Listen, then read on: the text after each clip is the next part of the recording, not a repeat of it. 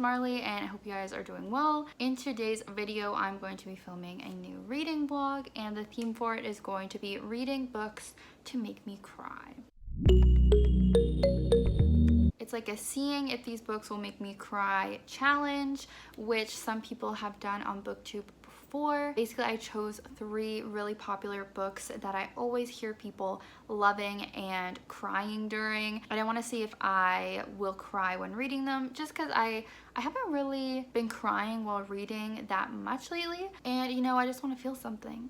So I've already started filming this vlog, so I'll just quickly tell you about the 3 books that I chose to read so you know what to expect. First of all, there is A Man Called Ove by Fredrick Backman. This is the book that I've already started. I read 2 of Backman's previous books and absolutely loved them, Anxious People and Bear Town. So I'm not surprised to be hearing a lot of good things about this book. It is a literary fiction book about this man's life, so we'll see if it will make me cry. The next book is Normal People by Sally Rooney. If you guys watched my wrap up from last month, I read Conversations with Friends, which was another one of her books, and I really liked it, so I'm excited to read Normal People, which is probably her most popular book. This is also a literary fiction, but it has more of a romantic element. I think it's mostly a romance between these 2 characters. So we'll see if I like it as much as Conversations with Friends or even more, and we'll see if it makes me cry, and we'll find out what makes it so sad. The final and biggest book has to be, of course, A Little Life by Hanya Yanagihara, if I'm saying that correctly. This is the book that makes people sob on BookTube and Book Talk. It is highly talked about, and ironically, I actually don't really know the plot of this one as well as the other 2, but I do know that it makes people absolutely sob. It's supposed to be so sad, so terribly upsetting. So I'm very curious to read this. I'm definitely scared that it's just going to be super disturbing, but I feel like this is almost a guarantee that it's going to make me cry. So we'll see. Stay tuned to find out a little more about all these books and see my reactions and ratings for all of them. It is going to be non-spoiler, so don't worry about that. But yeah, let's get back into the vlog. I was just away at a cottage for a little bit, so I'm very sunburned in certain areas of my body, so maybe I will just end up crying from the pain of that.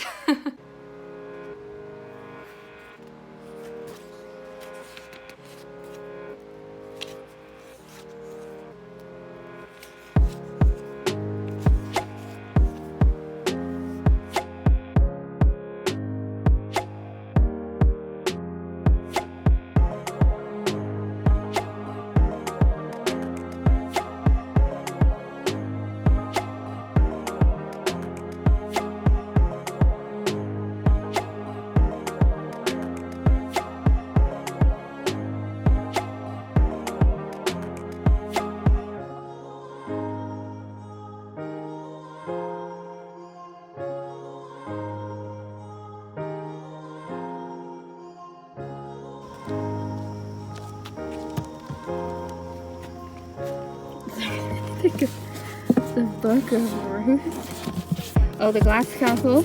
I have read that. Oh, Nicholas Sparks, classic. Harlequin, Roman. Oh my god. Oh, gotta have a James Patterson. Yep. Gotta have a Daniel Steele. Predator. No.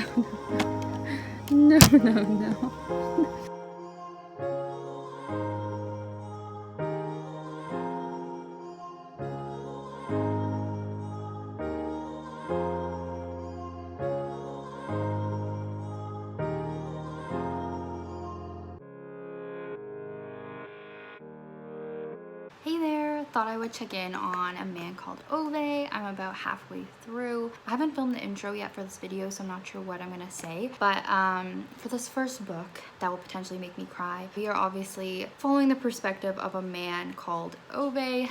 He is a grumpy old man, very like set in his ways and easily annoyed by a lot of the people around him, like his neighbors and stuff like that. So we're just learning a lot about like his current life and the sad things that he has going on, such as his wife passing recently. And then it's really nice because we're also seeing sort of like flashbacks to his early life and seeing why he is the way he is, and sort of like the trauma that he went through when he was younger, and just his whole life story, and then also like how he met his wife. And it's just all about his life basically. I'm enjoying it. I feel like it was like slightly slow to get into, especially because Ove is not necessarily a likable character, especially at the beginning when you don't know much about him and you just see him being like grumpy and mean to other people, especially when you're in his head and you can see how he's like judging others. But I am really liking sort of seeing the development of the relationships between him and his new neighbors that move in. It's a young family with a couple of kids, and the wife is pregnant, and that's sort of the main family that he's interacting with. There's definitely like trigger warnings for suicide, which people mention a lot, so definitely be aware of that. But classic Fredrick Backman, kind of combining humor with all of these deep and more like meaningful topics as well. You can definitely just sort of see his style in this one, and I'm definitely liking it. I don't know if I'll like it as much as his other ones. I'm definitely finding it cute so far. I'm curious as to why people cry at the end, if it's gonna be like another death or if it's gonna be like happy tears or something. The most obvious thing would be Ove maybe passing finally, but I do really hope he can have like a happy ending if possible. But yeah, this is a pretty cute book, pretty funny. But Ove does annoy me sometimes, but I feel like you kind of understand him. Also, his character comes across as potentially being on the spectrum, which I'm not sure if that was a conscious decision by Fredrick Backman, but it doesn't seem like it's something that's going to be actually discussed or confirmed. But just how Ove is very like strict with routines, and he always was someone who really liked numbers and things like that. He just kind of gives off the appearance that he could be on the spectrum, but I don't think it's ever really going to be touched on.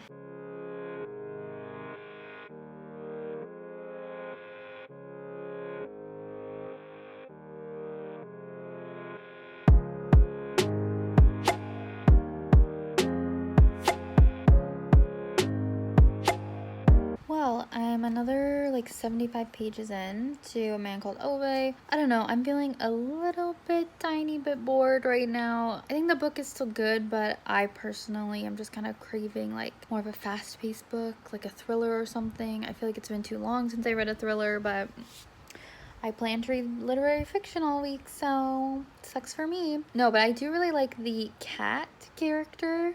He's actually pictured on the cover there. I didn't mention in my first update, there's this little like cat that's hanging around Ove's house, and he's sort of taking care of it, but acts like he isn't, or that he doesn't want to. But I think that's cute as a cat person. I like that, and I feel like it was kind of touched on, but I feel like maybe it's like his wife reincarnated kind of thing as the cat. But yeah, I do feel like it kind of got a little bit slow again with what's going on, but hoping to push through and finish it tonight or tomorrow. Oh, also they mentioned Ove's age, and he's only 59.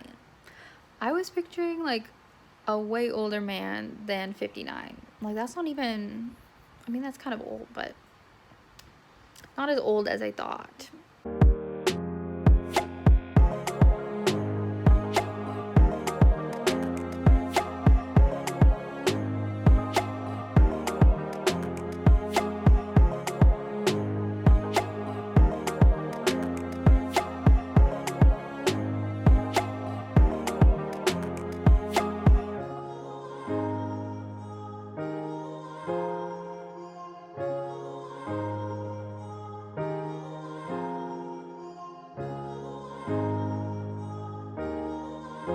There are tears.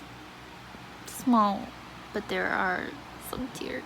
Good morning. So as you guys saw last night, I finished A Man Called Ove. I really liked it. It made me cry a little bit. It made me tear up, which is more common for me. I do tear up pretty often in books, but I wouldn't say it's a book that like makes you sob necessarily. But I really did like how it wrapped up. I think it was really beautiful. I can understand some of the criticism that it has. Mainly I've seen people say that like Ove is just such a terrible person, but I personally feel like you can see and like understand why he is the way he is, and I think it's really beautiful seeing the growth he has and how he comes to love and respect so many people that he initially judged at the beginning of the book. And I think it's cute. So I'm gonna give it 4 stars. I feel like that boring bit that I had kind of like would take away a star, but I think it's a solid 4-star read. So yeah, so moving on, today I will start Normal People. It is already like the 8th or 9th of August, so I really need to get going. I've read 1 book the whole month. But yeah, it's pretty busy at work. We're down a team member right now, so I have a lot of stress, but I should be able to read tonight. Oh, there's another email.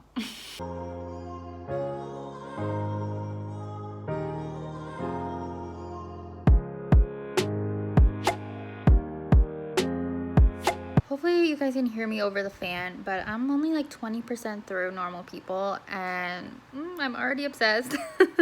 No, I knew as soon as I started conversations with friends, I knew I was gonna like Sally Rooney's writing. As I said in my wrap up, I am a Sally Rooney girly. And so immediately starting Normal People, I'm like, oh yeah, I'm into this. Like, it's a super quick read. Looking at the page count, it's gonna be really quick and really short, but then also her writing. Peach, stop scratching! Also, her writing is great. And I'm really relating to the characters once again. So it's about these 2 characters. They start out in high school. Not sure how far in age they're gonna get. But Marianne is the girl and she is rich. But at school, she is like a loner, loser type of person. Which I love those type of characters because that is me. That is literally me. So I always like reading about those characters. I relate to them. And then Connell is the boy. I'm just double checking the name Connell. Yeah. He is poor, and the reason he knows Marianne, or like not as well off. I shouldn't call him poor. Not as well off, and his mom is actually like a cleaner for Marianne's family. So that's how they know each other outside of school. But at school, he is pretty cool, popular, so they don't talk at school. They act like they don't know each other. In their private time, they do talk and do other things. So it's a very interesting sort of dynamic there where clearly they really like care for each other, but Connell is someone who like really cares what other people think, and then Marianne is like willing to put up with that behavior because she's like so desperate for someone's love and attention. Not really an original concept. These 2 people sleeping together and keeping it a secret, like that's kind of what Conversations with Friends is also. Yeah, not super original, but something about the writing is just very captivating for me. Peach! Oh my god. And then Connell just had this line. He's like, Connell wished he knew how other people conducted their private lives so he could copy from example. And I just really felt that as a Libra who like hates making decisions. Like, I do wish I could just know what other people do and copy. No, not always, but like I don't know, I just felt like that line like stood out to me. I think that's pretty funny that he literally just like doesn't know how he should behave in his private life because he can't see what other people are doing in theirs. It's like, Connell, like get a backbone. No, I just think it's interesting, so I'm gonna continue it. Wouldn't be surprised if I just binge it all tonight, to be honest.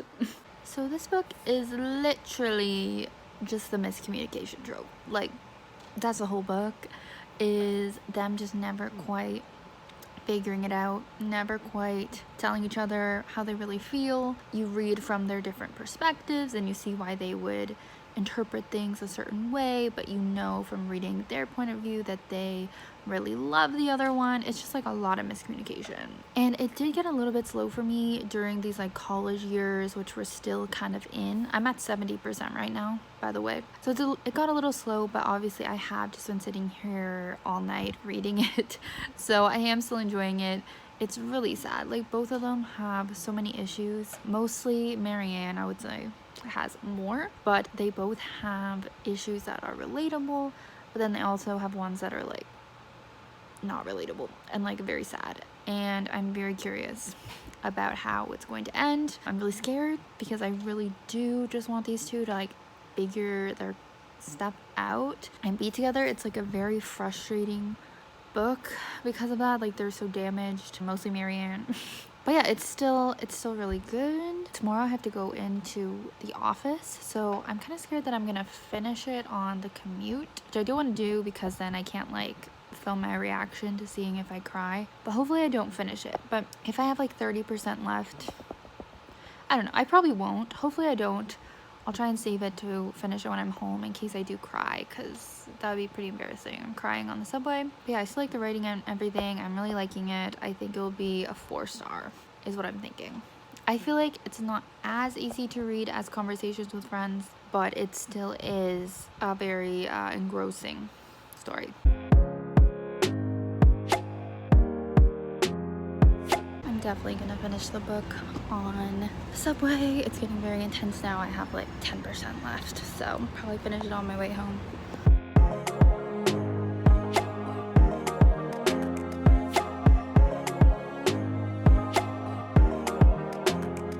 So I did finish Normal People on the subway. I did not cry. Did not cry. The ending was kind of abrupt again, similar to Conversations with Friends. I do see the similarities between both of them and what happens throughout the book, and even the endings are kind of similar. But yeah, it didn't make me cry at all. There was no like big dramatic thing at the end that I expected. It's just kind of like a sad book throughout because of the trauma and the depression that the characters are dealing with. But I liked it, as you guys saw. I think I would give it a 4-star again. It was a good book, and obviously I like Sally Rooney's writing. I was really captivated by this story. I read it in like 2 days, so yeah. Now I've started A Little Life, and it's a freaking long book, so I'm kind of scared. I hope I don't get sick of reading it because it's so long, but yeah, I'll tell you more about it later. I want to get changed and like get in comfy clothes, so.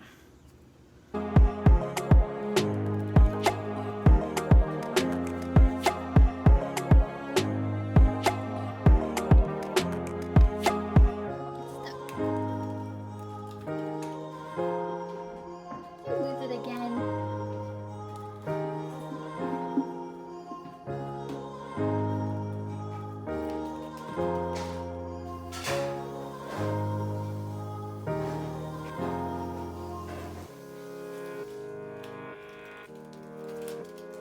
Hey vlog, it's the next day. I have read 100 pages of A Little Life, and it's only 14%. I don't know how often I'm gonna update with this because it is such a long book. Like, I don't want this vlog to be too long, like constantly updating every 100 pages, but like, I don't know. So as you know, I didn't really know what this book was about before. Now I know a little bit more. It's about these 4 boys, these 4 young men who met in college and all became friends. And the time is jumping around a little bit. We are seeing from all of their points of view and getting background on their upbringing. And then we are also moving ahead, and I think they're turning like 30. But it's kind of skipping around all over with their lives and with their friendship. 2 of the boys, the names I recognized, Willem and Jude. I've heard people talk about them. The other 2 characters surprised me. I had never heard of them, JB and Malcolm. They were getting more of a focus at the beginning, and to be honest, they were boring me quite a bit. They both had kind of like more normal lives and upbringings and like good families, and one of them is really rich, and I was getting pretty bored during that time. I was like falling asleep. I know I was tired yesterday, but I also think it was the book. I don't love the writing style. I'm getting used to it a little bit now, but like I was not liking it at first, and I was getting worried. But now we've been focusing a little bit more on Willem and Jude. Jude is definitely the one that has the most going on. His background was the most mysterious, as even his friends don't really know what his childhood was like.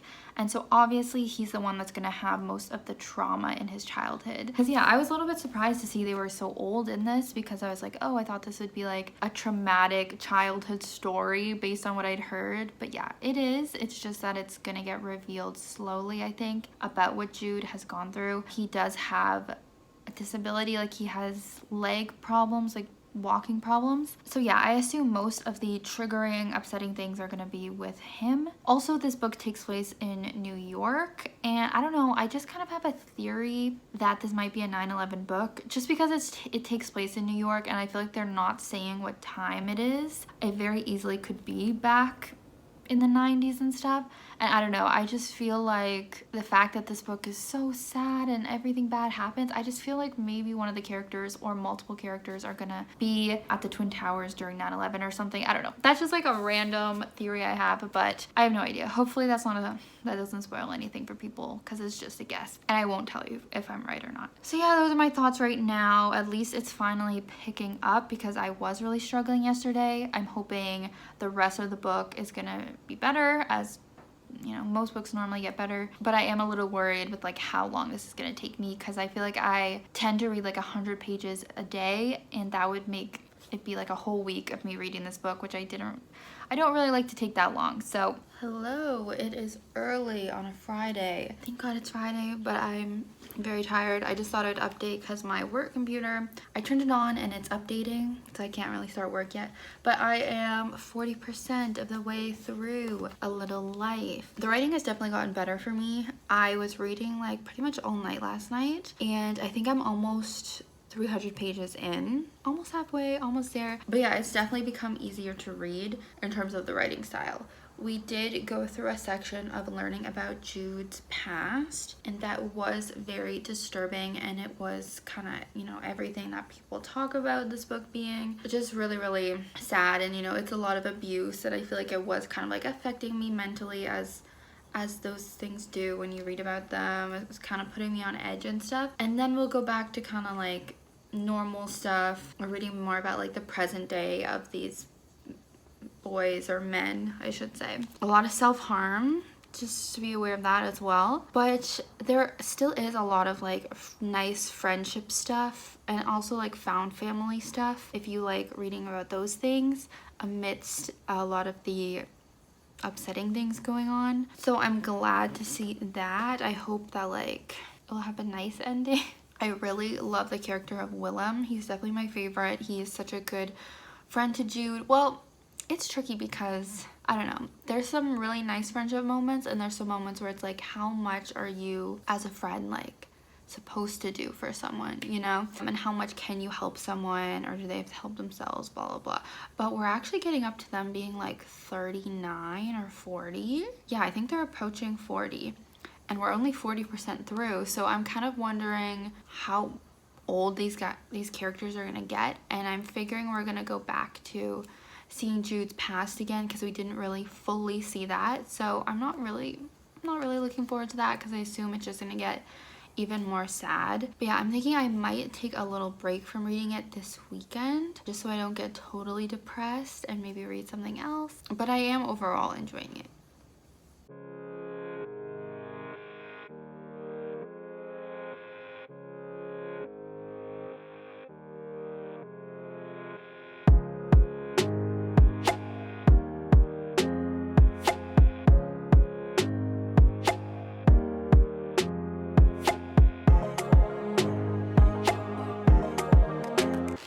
Quick book haul. We went to B&B and Indigo.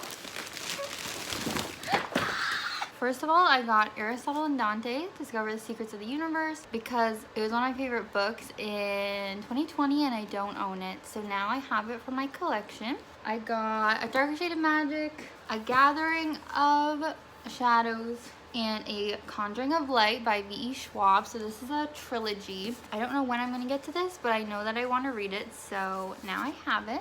What do you want to share? I got this.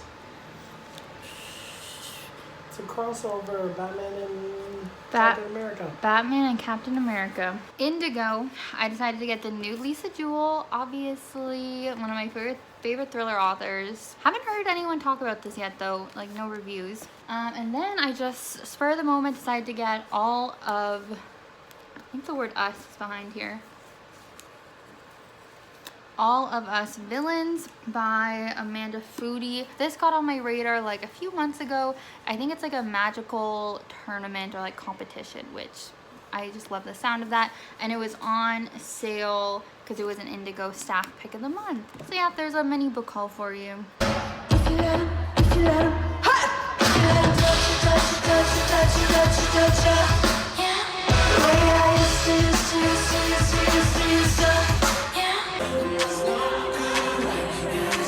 let's jump! I'm chasing fire and I'm running after you.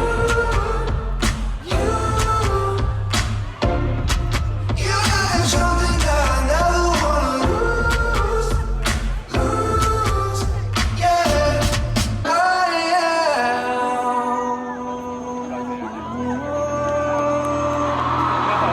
Trade on things for drugs and the internet. Oh shit, am I your man yet? Look quick. Is he already at mom's back home with the drink drugs and the internet. Oh shit, am I aware? So it's been a few days since I last updated. I did take a break from reading the book over the weekend. I filmed a 24-hour reading vlog, which is up now. If you haven't already seen it, go check it out. I think I'm at about 73% of the way through now. So I've read a lot has happened. Basically, we have found out more about Jude's past, and not only is it sad, but it is devastating. It is horrific, and I don't recommend reading this book.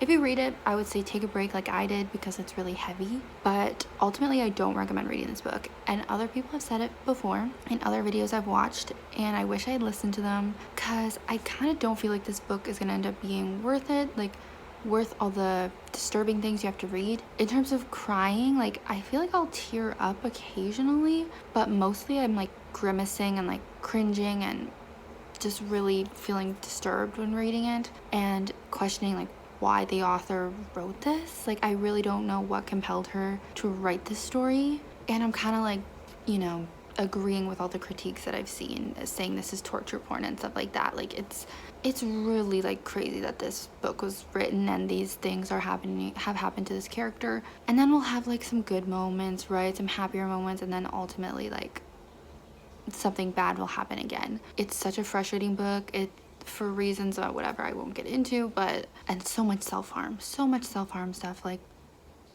just brutal. As I said, there was something kind of sweet happening that I wasn't expecting recently, but now it's just getting upsetting again. It's getting really upsetting again. So I'll let you know when I finish the book. Hopefully it is soon because I kind of want to be done with this, and also I am curious just after everything like how it's going to end. I think we still have at least one more Jude flashback to really see more of what he's been through. We still don't know a little bit of his past yet, so I don't know if they're saving the worst for last or what, but I'm afraid honestly to find out this last bit of his history. So yeah, I'm headed into work today, so I'll be reading on the subway. But yeah, don't read this book. Listen to all the reviewers, don't read it.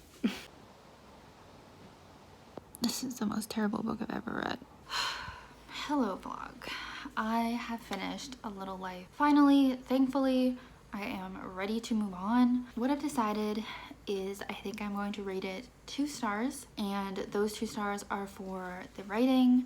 Ironically, I think the writing was beautiful, the writing style, and for, I guess, the fact that because this book is so long, we really did get to see these characters developed so much, these relationships developed so much. You get really connected to the characters and invested. We literally see Jude throughout his entire life, which is uncommon, I think, in books. I don't really read books that do that. It's normally just like a part of these characters' lives. So that's what the 2 stars are for, but I just cannot get past so much of the content in this book. I've said a lot of my thoughts already in previous updates, but there's just no point. Like, don't read this book. It's not worth it. I was hoping till the very end that it would be worth it, that there would be something redeeming or impactful about the ending, but unfortunately I just don't think there was for me. Even this, I think it was the second last chapter, I kind of liked how that chapter ended, and I would have been at least a little happier if the book had ended at that point, but then we got like an additional chapter.